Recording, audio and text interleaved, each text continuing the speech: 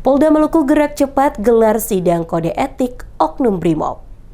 Kepolisian daerah Maluku menggelar sidang kode etik terhadap oknum anggota Brimob Batalion C, pelopor berinisial MS, yang diduga melakukan penganiayaan terhadap seorang siswa madrasah Sanawiyah di Kota Tual hingga meninggal dunia. Sidang digelar pada pukul 14.05 waktu Indonesia Timur dan dipimpin oleh Ketua Komisi Sidang Indra Gunawan yang sehari-hari menjabat sebagai Kepala Bidang Profesi dan Pengamanan Polda Maluku. Sidang turut dihadiri Wakil Ketua Komisi Kompol Jamaluddin Malawat serta anggota Kompol Izak Risambesi. Kepala Bidang Hubungan Masyarakat Polda Maluku, Rosita Umasugi, menjelaskan bahwa sidang kode etik tersebut menghadirkan terduga pelanggar Bribda MS serta sejumlah saksi. Ia merinci sebanyak 10 saksi hadir secara langsung, terdiri atas 9 anggota Brimob dan kakak korban berinisial NK, yang saat ini masih menjalani perawatan di Kota Ambon. Sementara itu, 4 saksi lainnya mengikuti sidang secara daring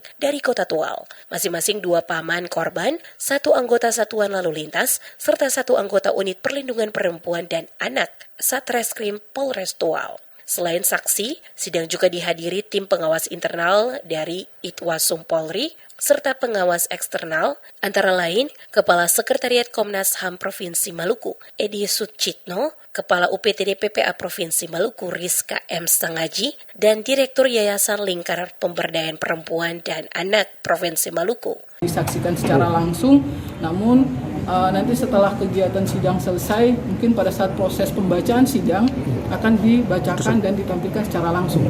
Jadi rekan-rekan bisa melihat, kemudian nanti dijadwalkan setelah kegiatan ini kita akan melaksanakan konferensi pers. Sidang kode etik ini merupakan bagian dari proses penegakan disiplin internal Polri terhadap dugaan pelanggaran yang dilakukan oleh anggota kepolisian.